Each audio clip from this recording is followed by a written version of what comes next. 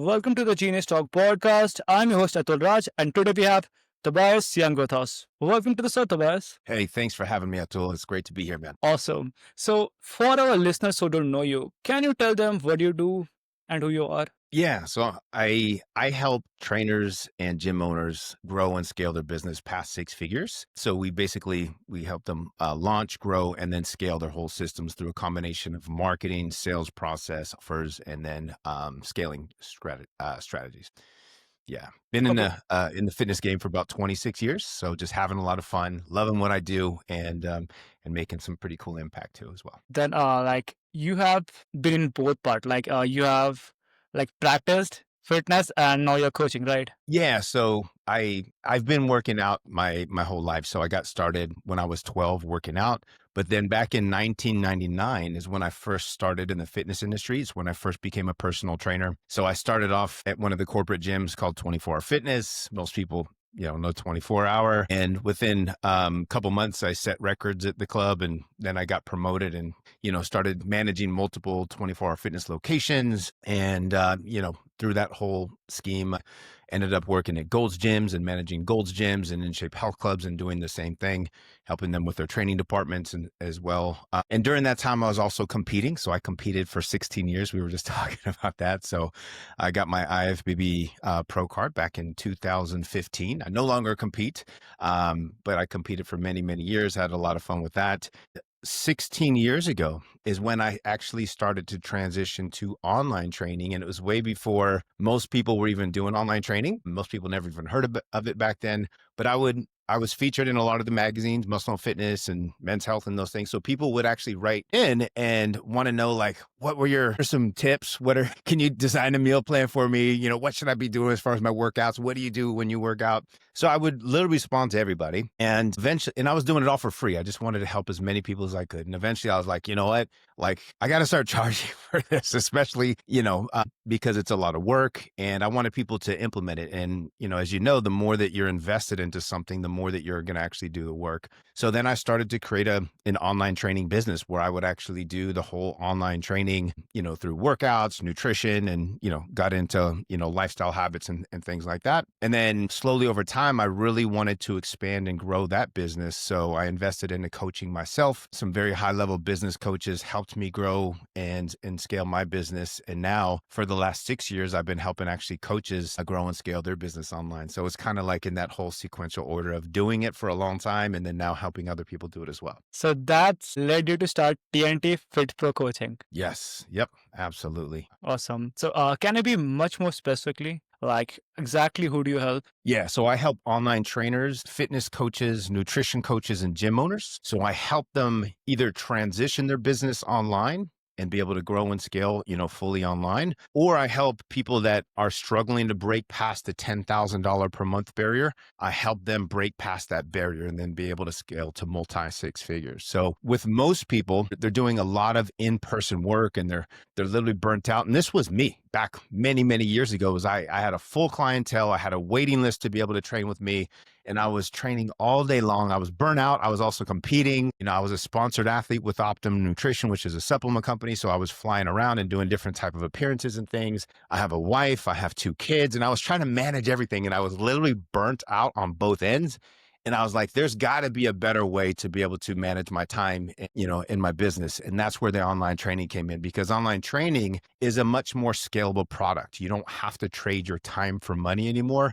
And you can create systems and strategies to be able to help other people get that result. So when people really transition online, they love it because they can have more impact. They can help more people. And then financially, they can make a lot more money. And then they can also have their own schedule and they're not bound by like a gym structure or anything like that. So it's pretty much a win-win situation for everybody that rolls into online training. So can you share a recent case study? Yeah, I mean, I've got hundreds of case studies.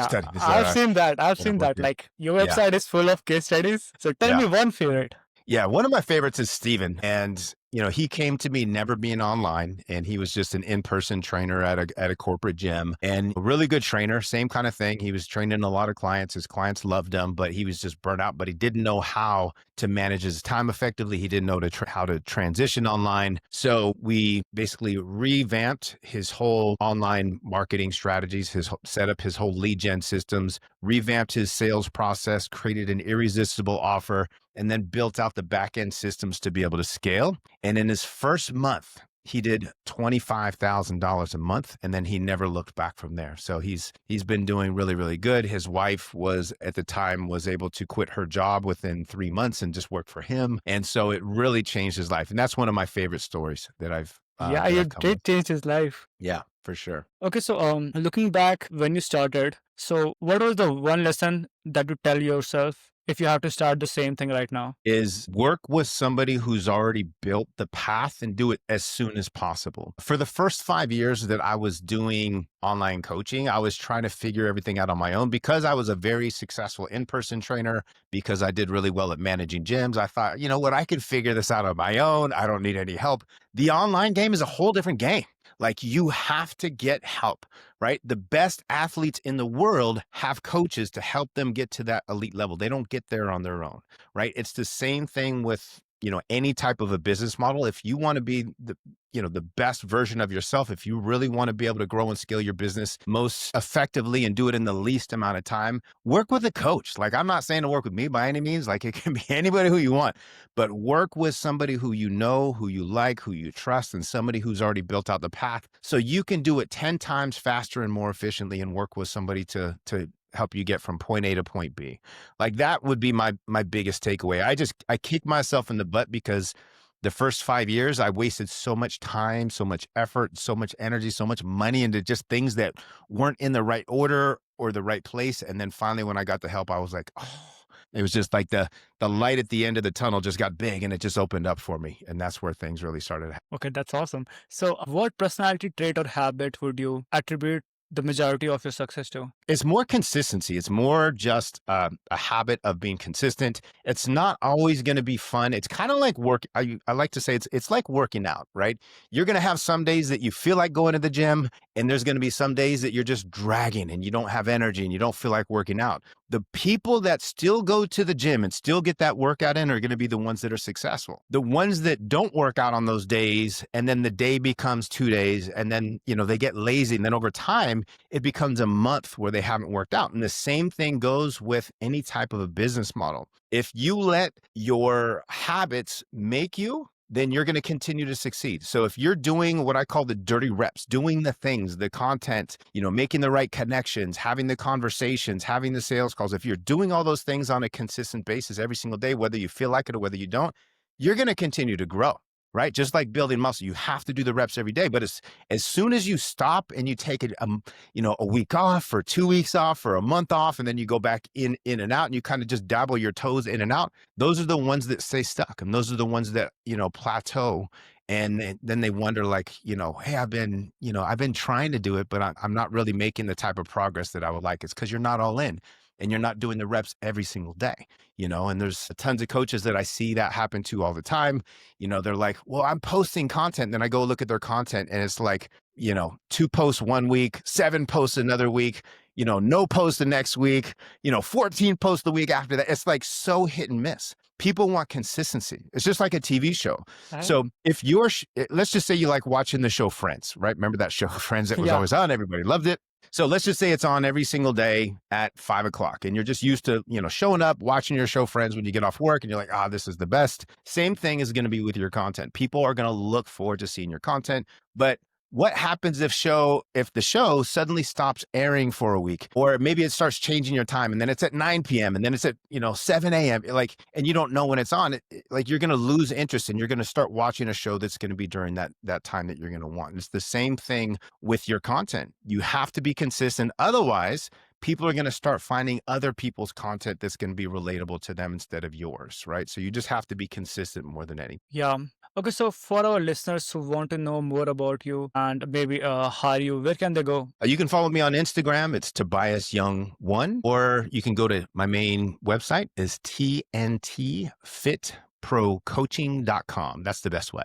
TNT FitProCoaching.com. You can check out kind of like my methodology. You can see some of my case studies, some of my testimonials. And if it's something that you want to, just jam on and just talk to, we can always set up a call and just jam, no, you don't need to buy anything. We just chat and discuss your business a little bit and just have fun. Okay, great. So is there anything else that you would like to share? Most important is just find out who you want to be able to help. And obviously there's a lot of coaches kind of have a roundabout way of being able to do it, but you need to be really, really tight with your niche, your messaging, and create a strategy based upon what are the pain points that they're facing. And if you're a fitness coach, I see a lot of fitness coaches, maybe they start and they post a lot of things about themselves and they're showing their abs or they're showing their butt and they're showing their workouts. That's great. And you may get some likes because you have a nice butt, but it's not going to be like, oh my gosh, this coach can help me solve my big problem that I have because I need to, lose this weight and I need to build my confidence. It's not going to do that. So you have to think about what are the things